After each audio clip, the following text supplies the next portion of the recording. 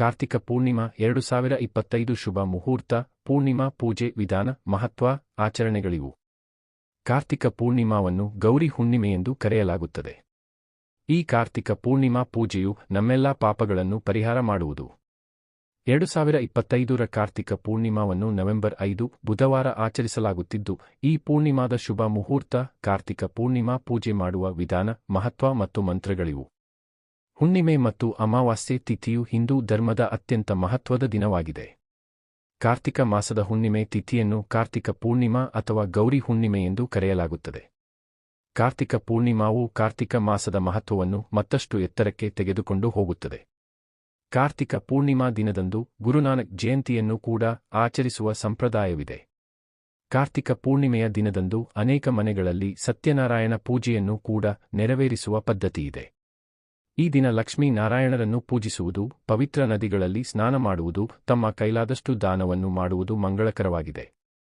ಇದು ನಮಗೆ ಹೆಚ್ಚು ಅನುಕೂಲಕರ ಫಲಿತಾಂಶವನ್ನು ತಂದುಕೊಡುವುದು. 2025ರ ಕಾರ್ತಿಕ ಪೂರ್ಣಿಮಾವನ್ನು ನವೆಂಬರ್ 5ರಂದು ಬುಧವಾರದ ದಿನ ಆಚರಿಸಲಾಗುವುದು. 2025ರ ಕಾರ್ತಿಕ ಹುಣ್ಣಿಮೆ ಅಥವಾ ಗೌರಿ ಹುಣ್ಣಿಮೆಗೆ ಸಂಬಂಧಿಸಿದ ಪ್ರಮುಖ ವಿಚಾರಗಳು ಹೀಗಿವೆ. 2025ರ ಕಾರ್ತಿಕ ಪೂರ್ಣಿಮಾ ಶುಭ ಮುಹೂರ್ತ. ಕಾರ್ತಿಕ ಪೂರ್ಣಿಮಾ ದಿನಾಂಕ 2025ರ ನವೆಂಬರ್ 5 ಬುಧವಾರ. ಪೂರ್ಣಿಮಾ ತಿಥಿ ಪ್ರಾರಂಭ 2025ರ ನವೆಂಬರ್ 4 ಮಂಗಳವಾರ ರಾತ್ರಿ 10:36. ಪೂರ್ಣಿಮಾ ತಿಥಿ ಮುಕ್ತಾಯ 2025ರ ನವೆಂಬರ್ 5 ಬುಧವಾರ ಸಂಜೆ 6:48. ನದಿ ಸ್ನಾನದ ಸಮಯ 2025ರ ನವೆಂಬರ್ 5 ಬುಧವಾರ ಮುಂಜಾನೆ 4:52, 5:44. ಕಾರ್ತಿಕ ಹುಣ್ಣಿಮೆಯ ಮಹತ್ವ. ಕಾರ್ತಿಕ ಪೂರ್ಣಿಮೆಯನ್ನು ಹಿಂದೂ ಚಂದ್ರಮಾನ ಕ್ಯಾಲೆಂಡರ್ನಲ್ಲಿ ಅತ್ಯಂತ ಶುಭ ದಿನಗಳಲ್ಲಿ ಒಂದೆಂದು ಪರಿಗಣಿಸಲಾಗಿದೆ. ಇದು ಶುಕ್ಲ ಪಕ್ಷದ ಪೂರ್ಣಿಮೆ ತಿಥಿಯೆಂದು ಬರುತ್ತದೆ.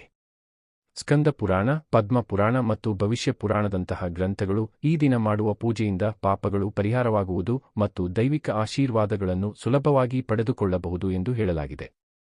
ಈ ದಿನವು ವಿಷ್ಣುವಿನ ಮತ್ಸ್ಯ ಅವತಾರ ಮತ್ತು ಹರಿಹರರ ಮಿಲನ ಎಂದು ಕರೆಯಲ್ಪಡುವ ಶಿವ ಮತ್ತು ವಿಷ್ಣುವಿನ ಪವಿತ್ರ ಒಕ್ಕೂಟವನ್ನು ಸ್ಮರಿಸಲಾಗುತ್ತದೆ. ಈ ಹುಣ್ಣಿಮೆಯ ದಿನದಂದು ಚಂದ್ರನನ್ನು ಪೂಜಿಸುವುದರಿಂದ ಶಾಂತಿ, ಸಮೃದ್ಧಿ ಮತ್ತು ಭಾವನಾತ್ಮಕ ಸಮತೋಲನ ಬರುತ್ತದೆ ಎಂದು ಹೇಳಲಾಗುತ್ತದೆ. ಕಾರ್ತಿಕ ಪೂರ್ಣಿಮಾ ಪೂಜೆ ವಿಧಾನ. ಬ್ರಹ್ಮಮುಹೂರ್ತದ ಸಮಯದಲ್ಲಿ ಎಚ್ಚರಗೊಂಡು ಗಂಗೆಯಲ್ಲಿ ಸ್ನಾನ ಮಾಡಿ. ಇದು ಸಾಧ್ಯವಾಗದಿದ್ದರೆ ಮನೆಯಲ್ಲೇ ನೀರಿನಲ್ಲಿ ಗಂಗಾ ನೀರನ್ನು ಬೆರೆಸಿ ಸ್ನಾನ ಮಾಡಿ. ಗಂಗಾ ನೀರನ್ನು ಸಿಂಪಡಿಸುವ ಮೂಲಕ ಮನೆಯನ್ನು ಶುದ್ಧೀಕರಿಸಿ. ಗಣೇಶನನ್ನು ಪ್ರಾರ್ಥಿಸಿ ಮತ್ತು ನಂತರ ಶಿವ, ಪಾರ್ವತಿ ಮತ್ತು ವಿಷ್ಣು, ಲಕ್ಷ್ಮಿಯನ್ನು ಪೂಜಿಸಿ. ಮುಖ್ಯ ದ್ವಾರದಲ್ಲಿ, ತುಳಸಿಯ ಬಳಿ, ಪೂಜಾ ಸ್ಥಳದಲ್ಲಿ ಮತ್ತು ನೀರಿನ ಮೂಲದ ಬಳಿ ದೀಪವನ್ನು ಹಚ್ಚಿಡಿ. ಸತ್ಯನಾರಾಯಣ ದೇವರ ಕಥೆಯನ್ನು ಕೇಳಿ ಅಥವಾ ಪಠಿಸಿ. ಉಪವಾಸವನ್ನು ಆಚರಿಸಿ ಮತ್ತು ದಿನವನ್ನು ಭಕ್ತಿಯಿಂದ ಕಳೆಯುವುದಾಗಿ ಪ್ರತಿಜ್ಞೆಯನ್ನು ತೆಗೆದುಕೊಳ್ಳಿ. ಸಂಜೆ ದೀಪಗಳನ್ನು ಬೆಳಗಿಸಿ ಆರತಿ ಮಾಡಿ.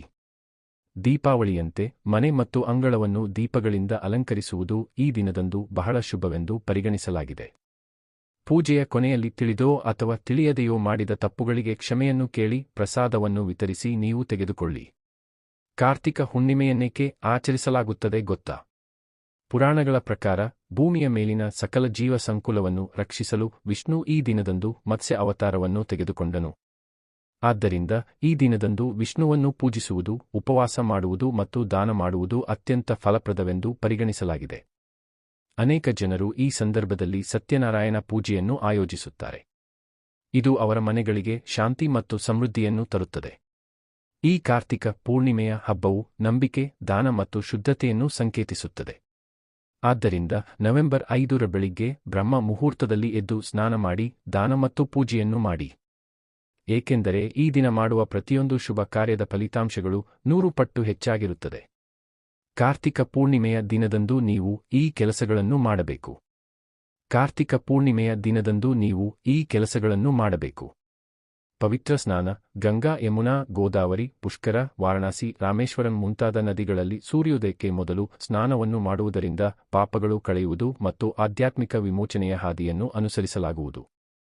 ದೀಪದಾನ ಮಾಡಿ. ತುಳಸಿ ಗಿಡ, ದೇವಸ್ಥಾನ, ಮನೆಯ ಮುಖ್ಯ ದ್ವಾರದ ಬಳಿ ಮತ್ತು ನದಿ ದಂಡೆಯ ಬಳಿ ದೀಪವನ್ನು ಹಚ್ಚಿಡಬೇಕು. ವಿಷ್ಣುವಿಗೆ ಇವುಗಳನ್ನು ಅರ್ಪಿಸಿ. ಈ ದಿನ ವಿಷ್ಣು ದೇವನಿಗೆ ತುಳಸಿ ಎಲೆಗಳನ್ನು, ಹಳದಿ ಬಣ್ಣದ ಹೂವುಗಳನ್ನು, ಸಿಹಿತಿಂಡಿಯನ್ನು ಮತ್ತು ಹಳದಿ ಬಣ್ಣದ ಹಣ್ಣುಗಳನ್ನು ಅರ್ಪಿಸಬೇಕು.